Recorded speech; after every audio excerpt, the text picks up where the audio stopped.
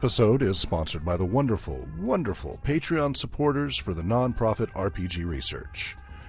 We are also sponsored by RPG Therapeutics LLC and Dots RPG through their kind donations to RPG Research. You can learn more about RPG Research, the nonprofit 501c3 research and human services organization, studying the effects of all role-playing game formats and their potential to help improve lives at www.rpgresearch.com.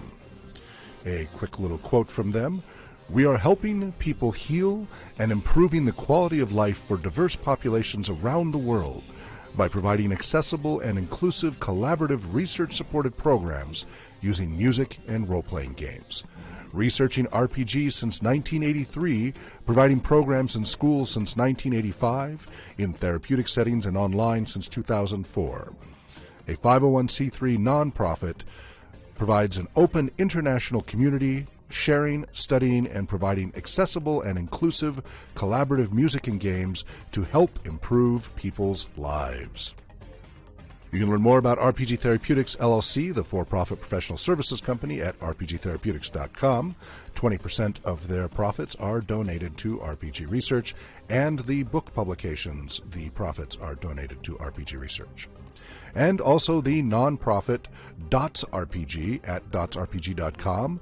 They are kindly out there helping advocate for accessibility. They are creating Braille dice and sharing those freely, Braille textbooks, and much more. Check them out again at dotsrpg.com. Our show varies each week, but typically includes the latest general RPG news related to our focus on role-playing games and research, community response and discussion, role-playing game-related theory and application discussions, updates on communities and professionals using role-playing games throughout the world, and often special guests, the latest updates on RPG Research, the RPG Bus, the RPG Trailer, the RPG Tour, RPG Education, and many other programs that we're involved with in various degrees. And while our primary show hosts are typically Hawk Robinson and John Welker, hosts, co-hosts, and guests may vary from week to week. The RPG Talk Show will begin in a few minutes. This message may repeat. The RPG Talk Show discusses weekly news, information, commentary, discussion, and debate about the effects of all role-playing game formats and their potential uses for professional, educational, recreational, and therapeutic goals. The RPG Talk Show is not about the latest modules and releases. There are plenty of sources for that information. We will mention such releases when related to the aforementioned topics, however. You can learn more about the RPG Talk Show, hosts, guests, and archives of previous episodes on our website at rpgtalkshow.com. You can follow us on Twitter at RPG Talk Show. You can catch our show live on twitch.tv/RPG Research or on youtube.com/RPG Research, Thursdays, 4 p.m. to 5 p.m. Pacific Time, and chat with us during the live broadcast. RPG Research Patreon supporters can access the recorded episodes a month or more before they are available to the general public as a thank you for your support. You can become a Patreon supporter by swinging by patreon.com/RPG Research. Those videos will then later be available on youtube.com/RPG Research. Role-playing game formats we discuss include the original tabletop RPG, usually referred to just as RPG or TRPG. Please, either no T's or just one T. There's no need for a second T, as in TTRPG. That's just wasteful of air and paper and typing and time. So please, just RPG or TRPG for tabletop role-playing games. Live-action role-playing games, LRPG, including LARPs. Electronic role-playing games, aka ERPG, which includes solo games and massive multiplayer online games, everything in between, VR, AR, PR, etc. And then hybrid role-playing games, HRPGs, which also include solo adventure books and modules. This episode is sponsored by the wonderful Patreon supporters for the nonprofit RPG Research. We are also sponsored by RPG Therapeutics LLC and Dots RPG through their kind donations to RPG Research. You can learn more about RPG Research, the nonprofit 501c3 research and human services organization studying the effects of all role-playing game formats and their potential to help improve lives at www.rpgresearch.com.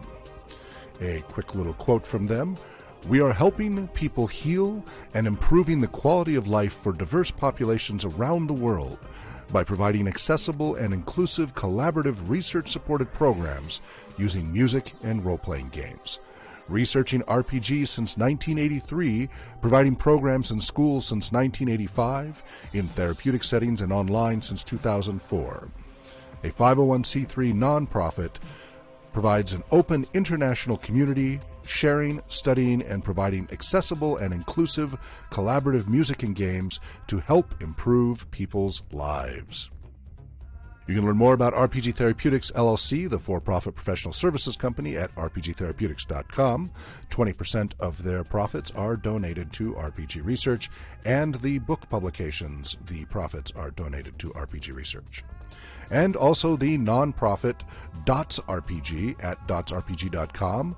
They are kindly out there helping advocate for accessibility. They are creating Braille dice and sharing those freely, Braille textbooks, and much more. Check them out again at dotsrpg.com. Our show varies each week, but typically includes the latest general RPG news related to our focus on role-playing games and research, community response and discussion, role-playing game-related theory and application discussions, updates on communities and professionals using role-playing games throughout the world, and often special guests, the latest updates on RPG Research, the RPG Bus, the RPG Trailer, the RPG Tour, RPG Education, and many, many, many other programs that we're involved with in various degrees. And while our primary show hosts are typically Hawk Robinson and John Welker, hosts, co-hosts, and guests may vary from week to week. The RPG Talk Show will begin in a few minutes. This message may repeat. The RPG Talk Show discusses weekly news, information, commentary, discussion, and debate about the effects of all role-playing game formats and their potential uses for professional, educational, recreational, and therapeutic goals. The RPG Talk Show is not about the latest modules and releases. There are plenty of sources for that information. We will mention such releases when related to the aforementioned topics, however. You can learn more about the RPG Talk Show, hosts, guests, and archives of previous episodes on our website at rpgtalkshow.com. You can follow us on Twitter at RPG Talk Show.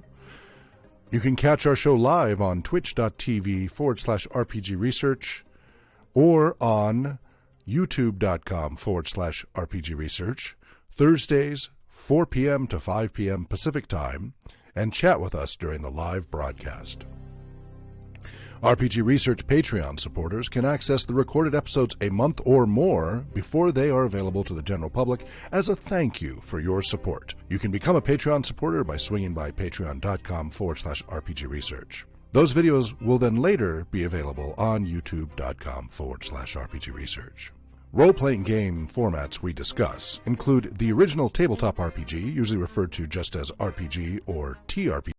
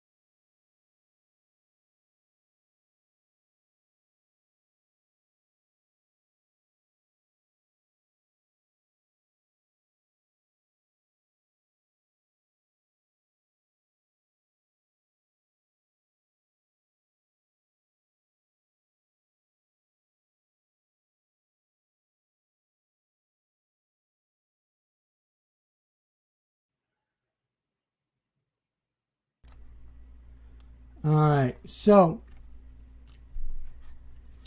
just in case what I think has happened, I will go over the news again. Again, my name is John Welker. This is the RPG Talk Show. That actually did start 6 minutes ago, but due to technical difficulties, I don't believe any of this got broadcasted. RPG Talk Show is every Monday from 4 to 5 p.m. Hawk Robinson normally is the host of this, and I'm the co-host.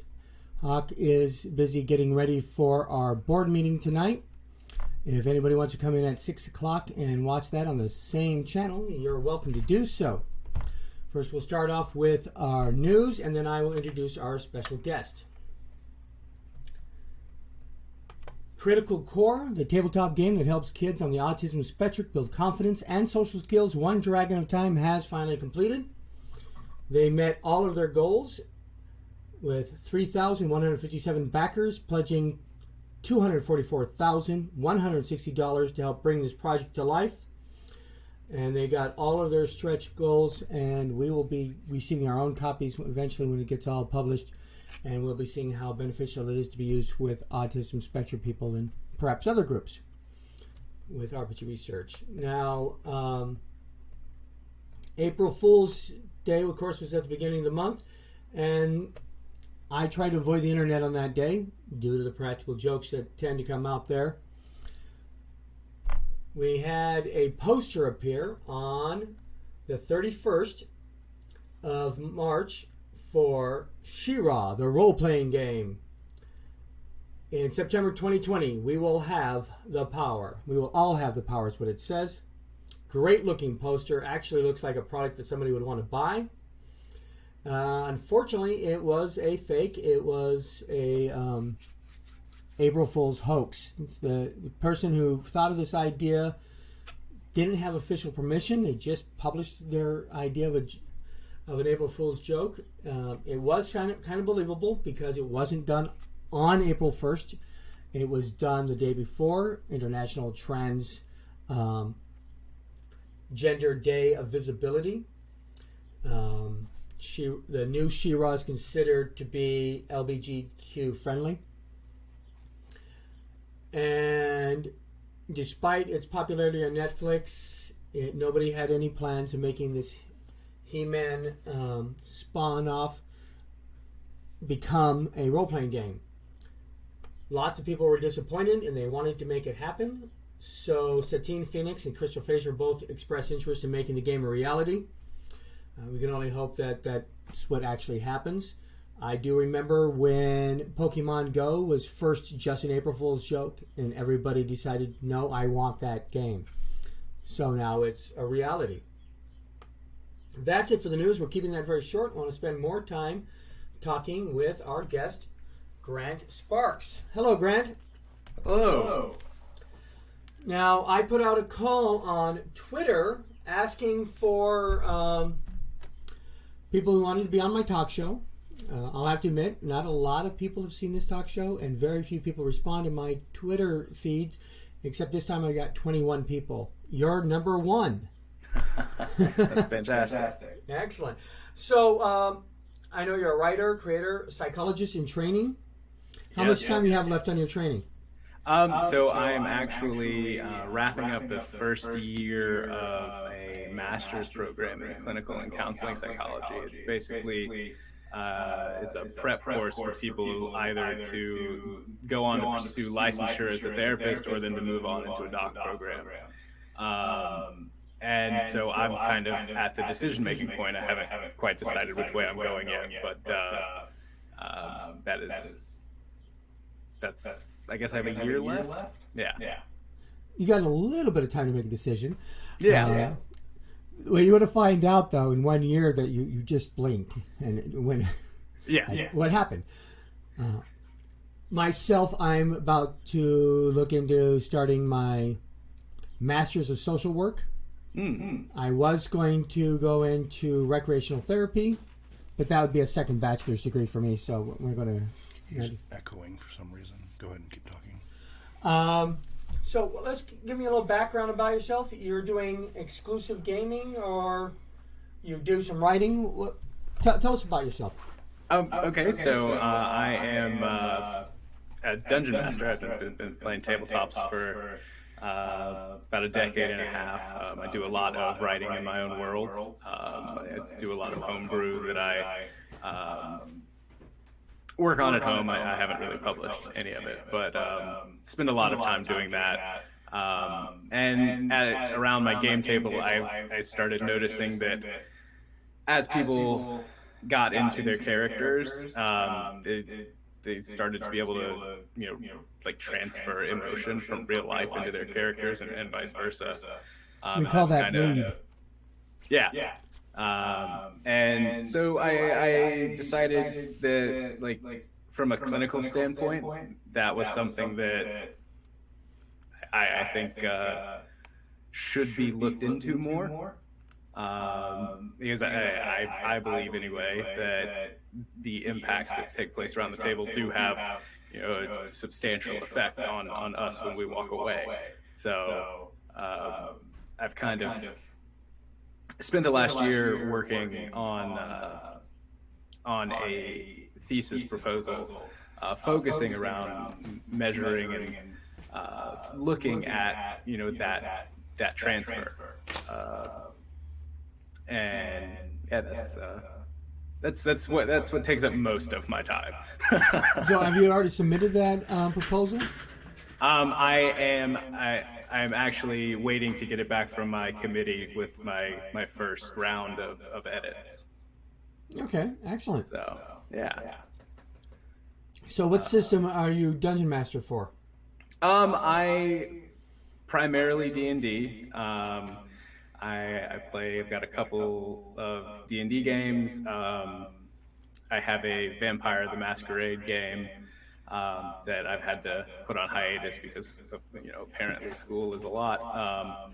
And I actually started dungeon mastering for a smaller game, Unknown Armies. That is, it has more of a basis. It's like a psychological horror game. It's a little cult game from the like mid 90s. But I juggle between those three mostly. So you're noticing that there was some bleed between the characters and the player's actual emotions, and you saw a potential benefit out of this. Absolutely. We've been finding that through rec therapy and through gaming that these kind of things obviously can be addressed. When we're talking about bleed, when we're taking things from our real life and it affects the game, vice versa, we notice that the less intimate the game is, the less the bleed is. So, right. A computer role-playing game, CRPG, would have a CRPG would have the least amount of bleed, while in my personal experience, the most amount of bleed comes in those live-action role-playing games like Vampire the Masquerade. Would you Absolutely. agree with that? Yeah. Absolutely. And it's something I've noticed as well with groups. If the groups tend to trust each other more, so if I'm playing with people that have played together and have experiences with each other outside of playing a game, they tend to be more comfortable going to more vulnerable spaces around the table.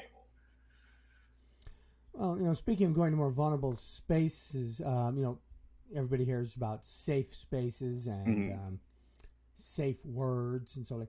What tools do you use at your table? Do you use veils and lines, the X card, or anything like that? No, we actually kind of have a pretty open-ended. It's just if I'm describing something that's making my players uncomfortable, they stop me.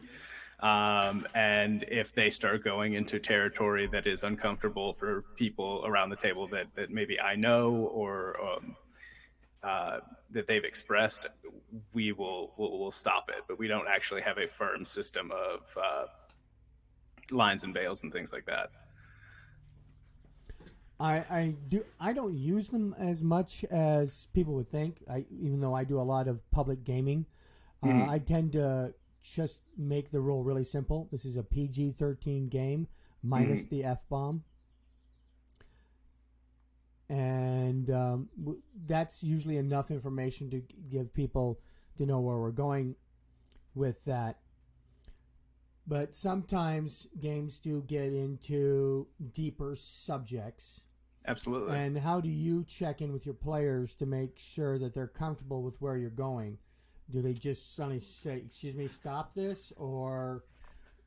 So when we get to a place where we are doing um, more vulnerable role play, or the subjects are maybe a little more um, personal, we tend to take more breaks.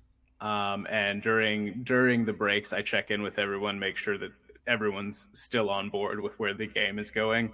We actually every year around Halloween we play a game that it's a little one shot, and I tailor it specifically towards people's fears, their real life fears. And one thing that we do constantly is like an active consent during the game, that if you need to get up and leave the table, or if I need, or someone else needs to um, stop describing something, then everyone has full reign to make their uncomfortability known. But we don't actually have like a system. It's more of a interject if you are uncomfortable, and I will reroute. Okay. And is any of this going to be covered in your paper you're writing? I actually haven't done a whole lot of research into the use of safety systems, as far as uh, the topic of the paper is concerned. I'm looking more at a broad scope of the benefits people might be getting from playing games, and trying to narrow down what avenues will be most impactful, if that makes sense. Right. And I notice you're on Twitter. I am. You are fairly active on there. I try. How are you feeling about how things are happening on Twitter? I mean, I see a lot of um, people being supportive, and I see a lot of people that are just the opposite. Absolutely. For I try to only interact with people that are supportive of each other, because I barely have enough time in my day to play the games I enjoy. So I definitely don't have time to entertain people that are tearing others down, or uh, are not actively participating in boosting people up. And that's one thing that I am pretty passionate about, is supporting diversity around the table, and outside of it in the community as well. I try to follow people online that echo that, and individuals that don't, it's very easy to block them. So Well, speaking of supporting diversity at your table, your own personal games, where do your players come from? so my players are actually a pretty diverse bunch. We have a few members that represent different letters in the LGBTQ community. I myself am openly gay. My partner plays with me. Um, our let's see, we have I think we have two bisexual individuals, and a lesbian, a pansexual individual, and two straight people. We have actually a pretty big game. We play at a huge table. It gets very loud, and also different races, different religions, things like that. I am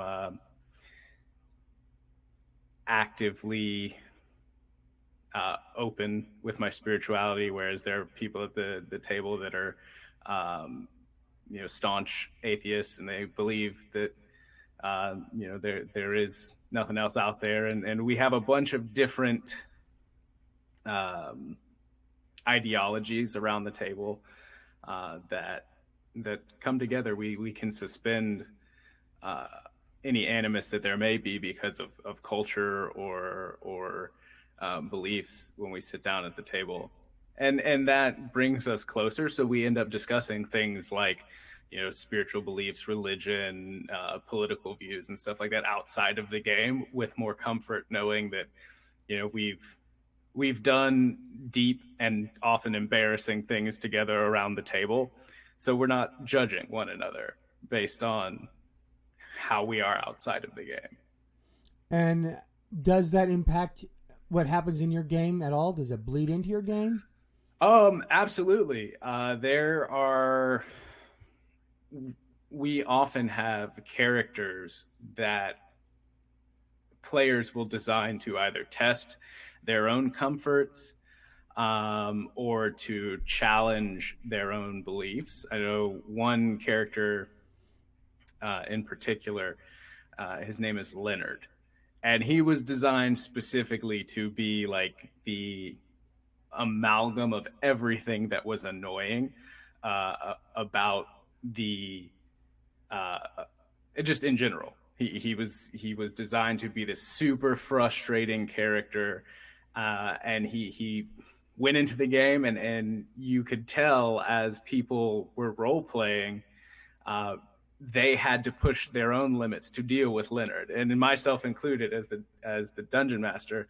There were moments where I'd have to be like, man, if I were to meet this person in real life, I would struggle. I have to work on that. And you felt that made a better story in the game or better team co-op group work? Because you think somebody who coming there is the chaos monkey and they're intentionally pushing everybody's buttons can cause it to break down. Absolutely, but because we as players have decent rapport with each other, we've been playing in the same group for a while. Everyone saw the intention behind it. It was not taken in a way that impacted the group negatively. It did cause a lot of interesting little twists and turns in the game where the one character would say or do something and the other players would be forced to respond, but it was nothing out of the realm of possibility. He while portraying the character, the player never like took a hard left and was like, I'm just going to do something completely random.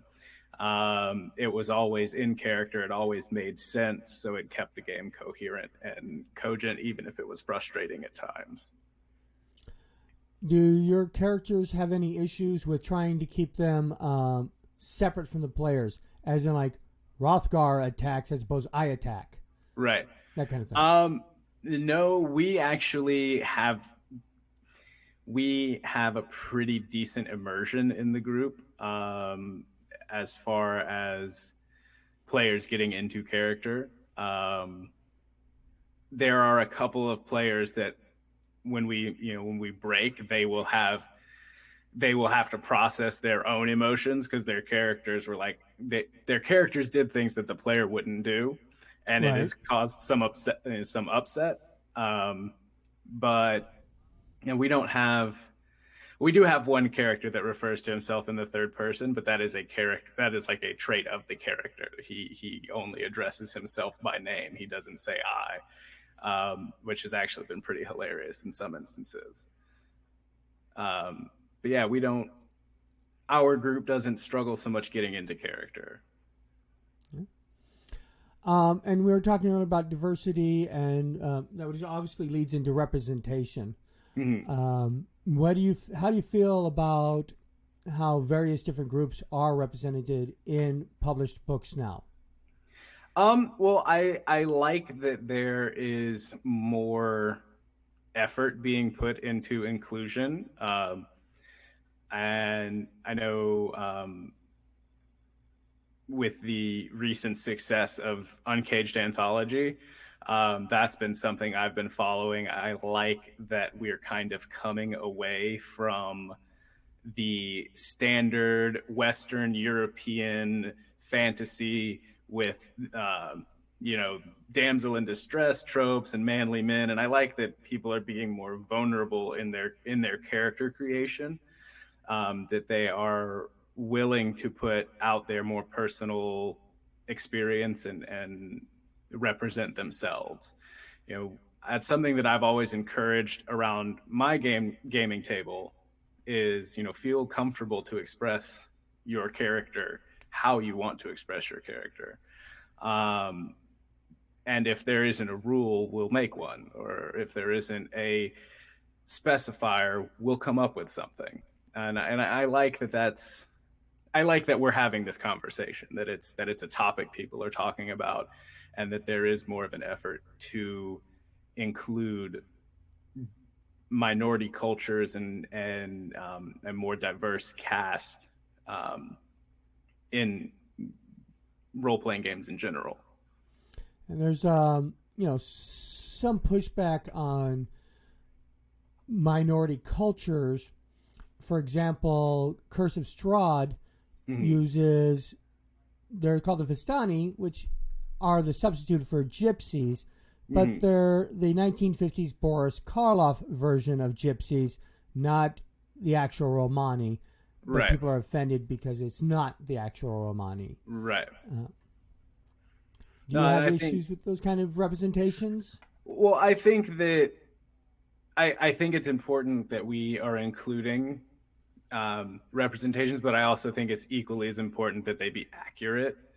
And you know, that's something that is not.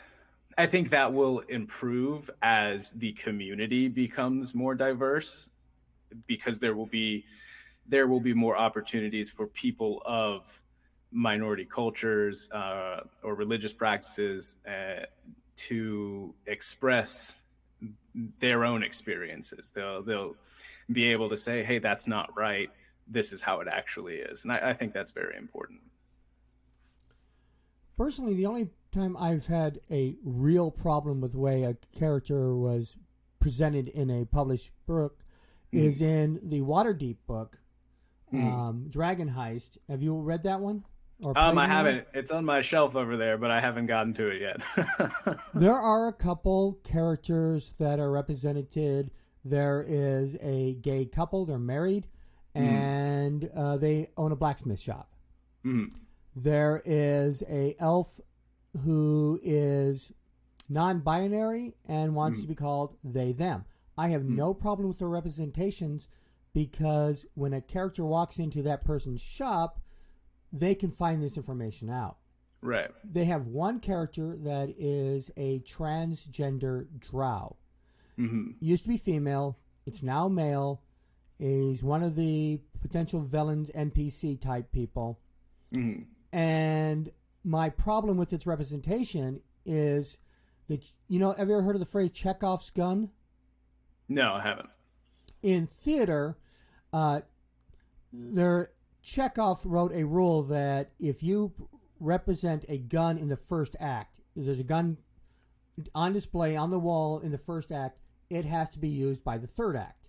Right. There has to be a reason for it to be there. Okay. And this transgender character doesn't have a reason to be there. And by that I mean, I can't think of a logical reason that my players will ever find out they're transgendered. It's not going to come up in conversation. And, you know, I think that's fair. But I also don't think for things like, for personal information, it's interesting to note, and it could be useful, at least for me as a dungeon master, to know that. If the characters were to take an obscure route to get information, or to interact with the NPC.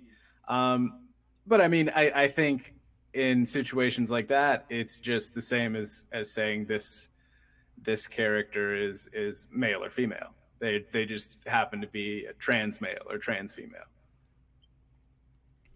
I That's how I would see that anyway. right. I would have just preferred that there'd been something in the module that made it more relevant. That's fair. That's very fair. Um, I don't mind the inclusion.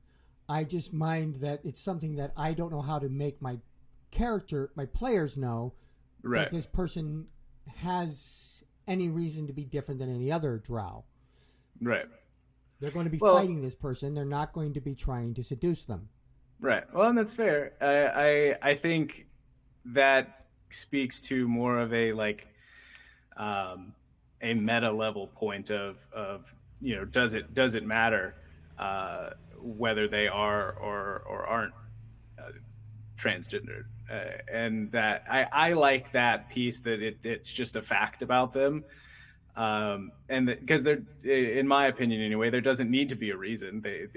They are who they are, and if that's a piece of information that never comes up, that's fine.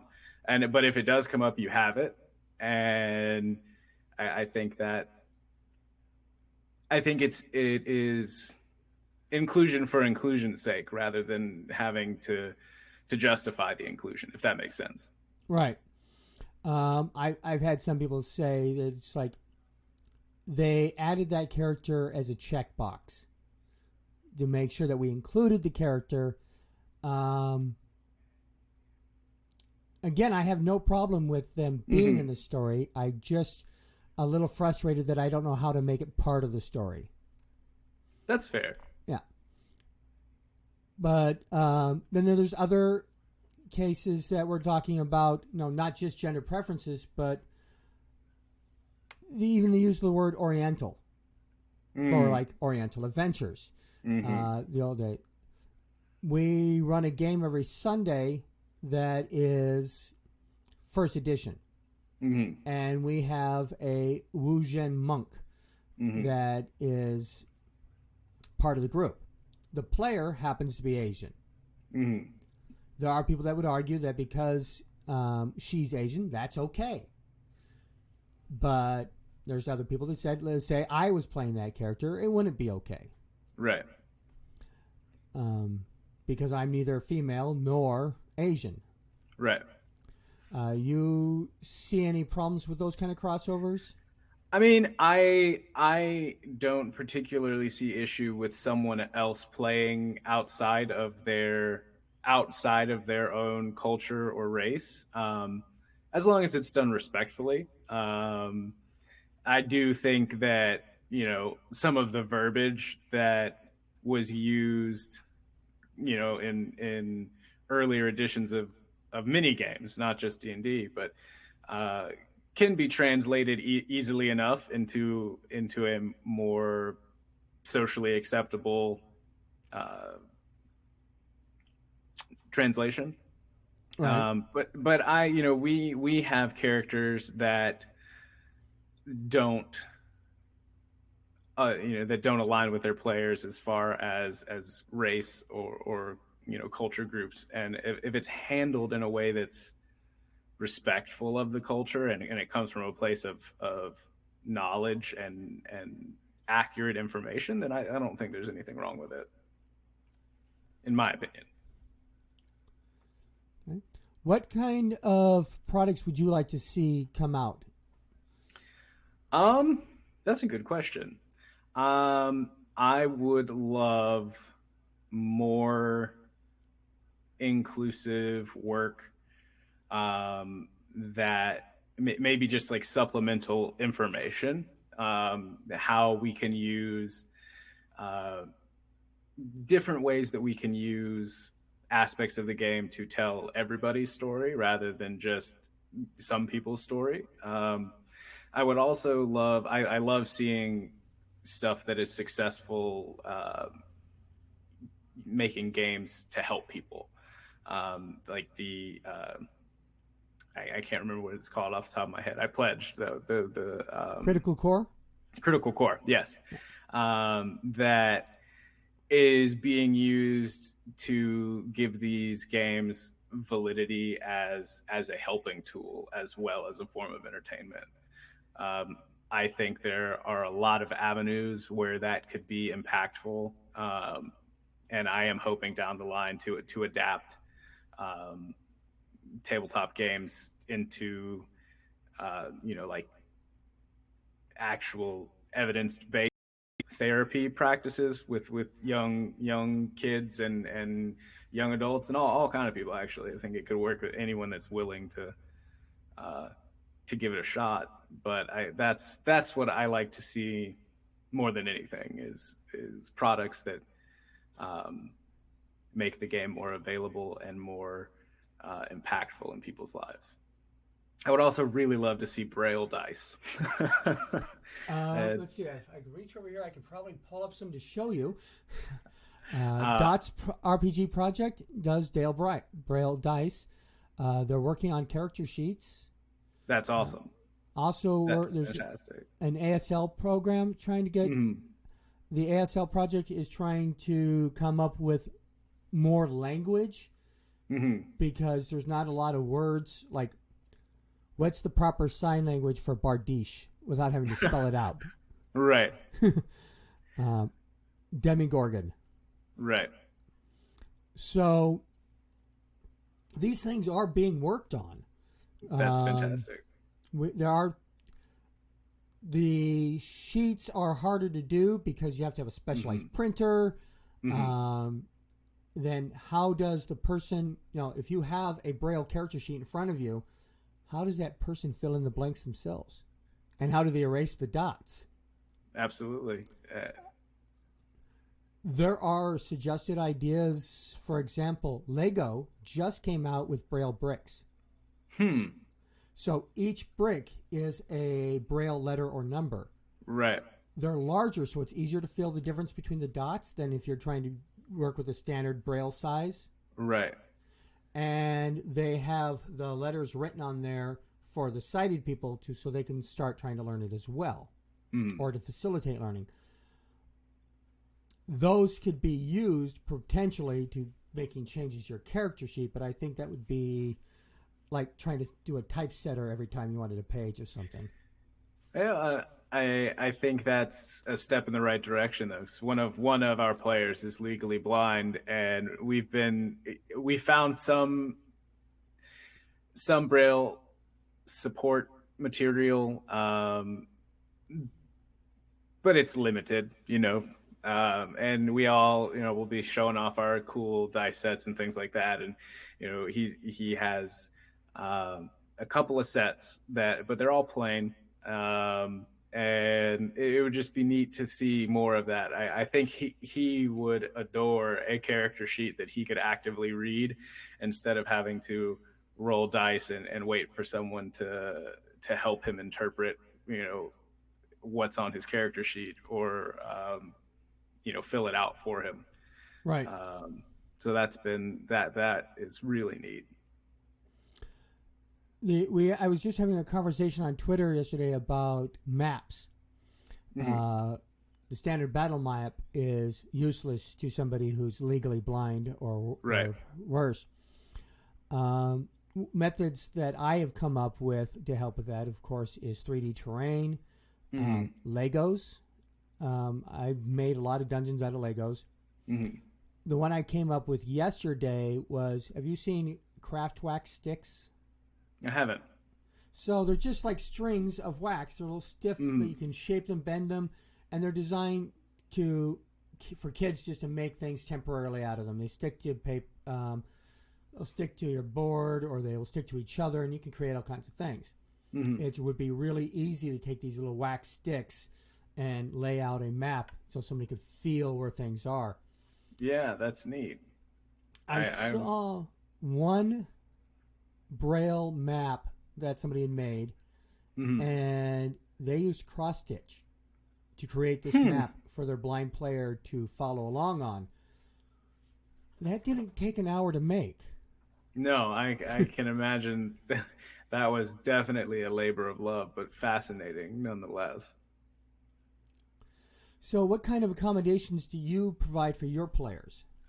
Well, we generally will do a check-in at least in the beginning and the end, and We often, we take bio breaks and things like that. It's a very leisurely process. We don't have a whole lot of strict um, regimens that we follow.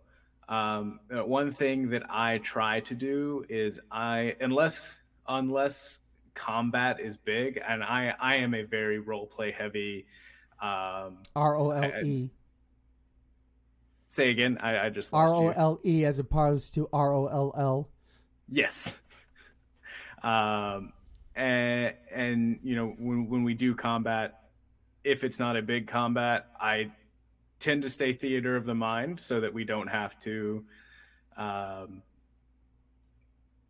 worry about where people are and things like that. I may just quickly notch down on a piece of paper positioning so I remember it as I'm keeping track of the flow of combat. But I do a lot more to cater to um, a minimalist play style. Um, I do have we roll a lot of skill checks, and we obviously in combat we roll a lot, but I try to keep it as fluid as possible for all my players.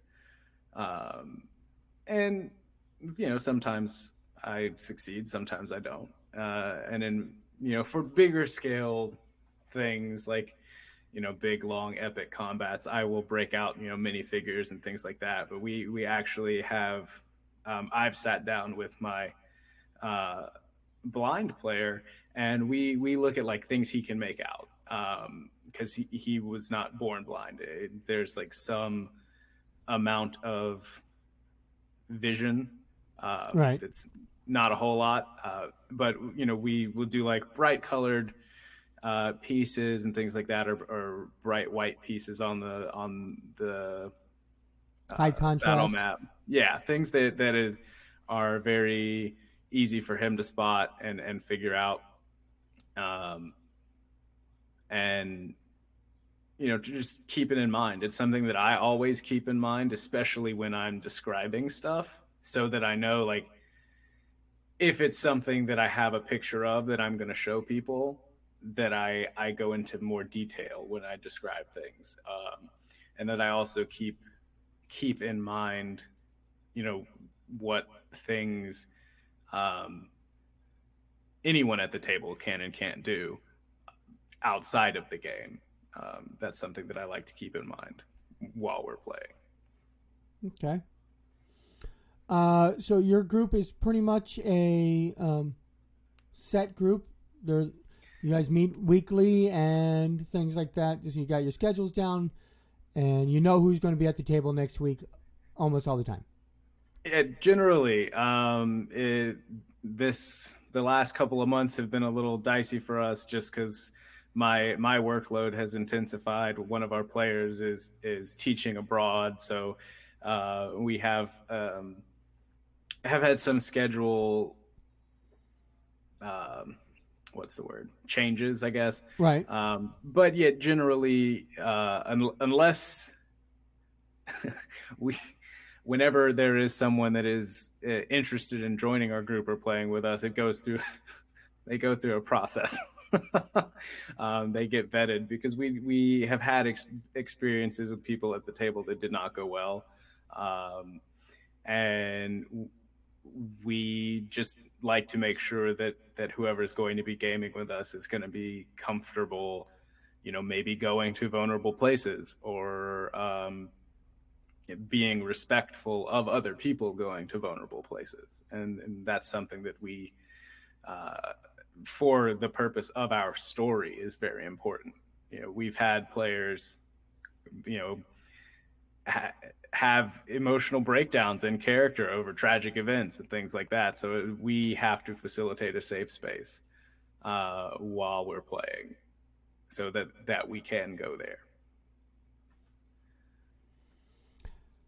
Are you comfortable with pugs, pickup games, or going to conventions and things like that? Oh yeah, I mean, I have got no qualms or difficulties playing with complete strangers, and none of us do. But for our weekly everyday games, it's since we are very limited on the time we can spend together, and we are all very good friends. We like to make sure that when we're there, we're there for a reason, and games that happen outside of that schedule can be way more relaxed. That's for sure. What would you say was the most traumatic thing that happened in game, and how did you guys take care of aftercare? I mean, how did you deal with it after the whatever it was happened? Yeah, absolutely. You did say traumatic, right? Yes. Okay. So probably the most traumatic experience that we have experienced as a group.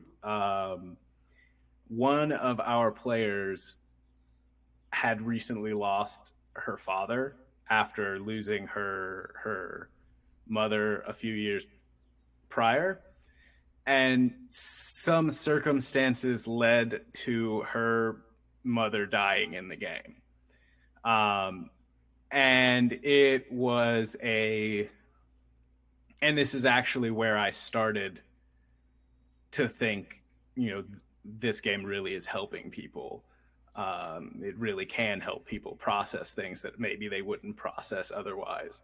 Um, but the emotional reaction was visceral, and it was that character's like story arc. We were going through her personal quest line stuff that had been set around for months and months, and just the dice dictated certain things happen, and we sat around that table and we processed grief for like 2.5 hours with her, and she got to express so many things that she never expressed to either of her parents, and then also go through the process of bringing her character's mother back to life and giving her more hope, because it was really, as a player, outside of the game, it had been really affecting her, and after that we got to really see where she was at and how she was coping, and she let out a bunch of stuff that she hadn't let out to any one of us outside of the game before. And she let that out in character? In character. Right. And after that, after the game ended, we got to show her that we support her in and out of the game, and that the things that she's going through um, are natural, and she doesn't have to go through that process alone. And we've had a couple of similar instances where the game has been used to process like traumatic events, grief, fears, things like that are difficult to deal with alone, and especially in instances of like loss and grief and unexpected trauma. Right. And to be clear, for our audience's sake, there's a difference between the inherent therapeutic effects of a role playing game and a therapist using a role playing game as a tool. Intent, training, more importantly, a person with not proper training dealing with somebody's traumatic incidents in game may not know how to deal with a triggered person. And I'm using triggered in the clinical term, not in the Twitterverse version of the word. Absolutely. So how much of this is something that you're looking at hoping to incorporate in a clinical setting, or are you thinking just writing the paper and working from there? What? No, I am actually looking at all of it. This paper that I'm working on currently is going to kind of be my basis. but I have every intention of following as many strands that come from it that I possibly can, because I really think, like, I think with a few tweaks and some specific, like you said, intent and specific guidelines, um, there could be, there could be a very easy melding of group therapy and tabletop games that is very effective with people that are willing to participate in it. And an aspect of my paper, um, kind of a bit of the justification for it is the stigmatization of geek culture, and how, even though it's, geek is chic now and it's, fine to be a geek, a lot of that is still socially transferred, and it basically sets up a whole, there is a population out there that makes up quite a few people, um, that this particular mode of therapeutic intervention could impact greatly. Um, especially when you consider the frequency of bullying and negativity that is often associated with geeks, especially in like school settings and things like that, that people internalize. I think it could be genuinely impactful, and I anticipate success through this process of figuring out how and why it is impactful. Are you aware of any particular organizations that are already using role playing games in therapeutical settings? Yeah, I know it's actually adapted in quite a few places. And something that I am hoping to do is put more solid empirical data behind the use of role playing games, as that's been the difficult aspect for me, is finding um, substantial enough evidence to justify that it is actually effective. And I know there is stuff that is out there, but a lot of what I have been able to find from a research perspective has been smaller samples, or like singled points of, how does this particular uh, aspect of a role playing game, or uh, a lot of it is, there's a lot of interchangeability between role playing and video games in the research that I found. Um, uh, it's more narrow. I Right. want something that's a bit broader, that I can say, well, look, this can work not only for people that are interested in it, but it can work in general, if that makes sense. Okay. So I'm assuming you are aware of RPG research Yes, absolutely. because that's who you're talking to. We do a training for researchers every Tuesday and Sunday. They're doing blogs and essay papers, and they're each going to try to do one major research topic a year. Right. RPG research in general's major topic this year is role-playing games in prison. So there is references there. You should probably talk to Hawk Robinson about what research references are out there and stuff. It's great. Groups that are using, just to name a few, like Game to Grow with the Critical Core, they're doing social growth programs. Badana Group is actually working with victims of sexual assault and the perpetrators of sexual assault, obviously in separate groups. Yes. But, they're a big advocate of using the role-playing games to build empathy, resilience, and those type of things. So it is very interesting that these groups are already out there. Yeah, Have you absolutely. seen Psychology at the Table? No, I have not. Yeah. Psychology at the Table is a YouTube show, and McDonald. I'm going to look it up because I'm going to lie about her name, and I'm going to be embarrassed.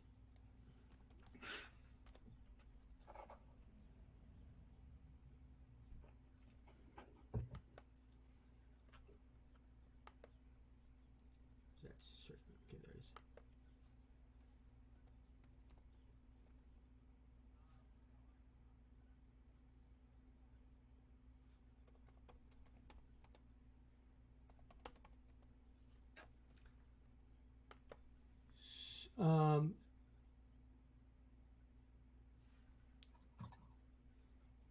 Yeah, it's on YouTube, and it is Dr. Megan Connell. You might want to check out her YouTube videos. They're definitely nothing you can use to sit down and says, okay, now I'm a psychologist. But they're definitely something that presents these concepts to people in all these different groups, everything from PTSD to dyslexia to whatever who may be at the table and you may have to deal with them as a player, not necessarily to deal with them as their therapist, but to make the game inclusive for them. Absolutely. I'll have to give that a watch for sure. Do you have any last words or anything that you want to talk about? No. Thank you for having me, and no, I look forward to speaking with you again at some point, hopefully. We'd love to have you back on the show again, maybe this time with Hawk here. We'd love to have you check out the RPG research division and see if you can at least find some use out of them. Absolutely. And you want to give us your bio stuff? Not your bio, but Twitter, Facebook, Sure. those kind of things that you want people to know about. Yeah, I am pretty exclusively on Twitter. I am actually a little internet phobic. There's a reason for that. you can follow me on Twitter at G_Sparks_. So G Sparks, mind the underscores. And then I am on Instagram. I don't use it very much, but it's GD Sparks. And yeah, that's me. Another thing that you might want to be aware of, just as a last note, is that there's also RPG Therapeutics, which is our for-profit organization. And we actually hire people to run games for therapeutic and educational and entertainment purposes. But we always like to try to get people that are getting trained into these fields and actually use them for those purposes. Yeah, absolutely. I will definitely look into that. Thank you. Well, again, I am John Welker, and this has been Grant Sparks. We wish you have a wonderful day. If Hawk was here, he would say Namarie, because he's a big Tolkien fan, and I always just end it with dream well. Thanks again.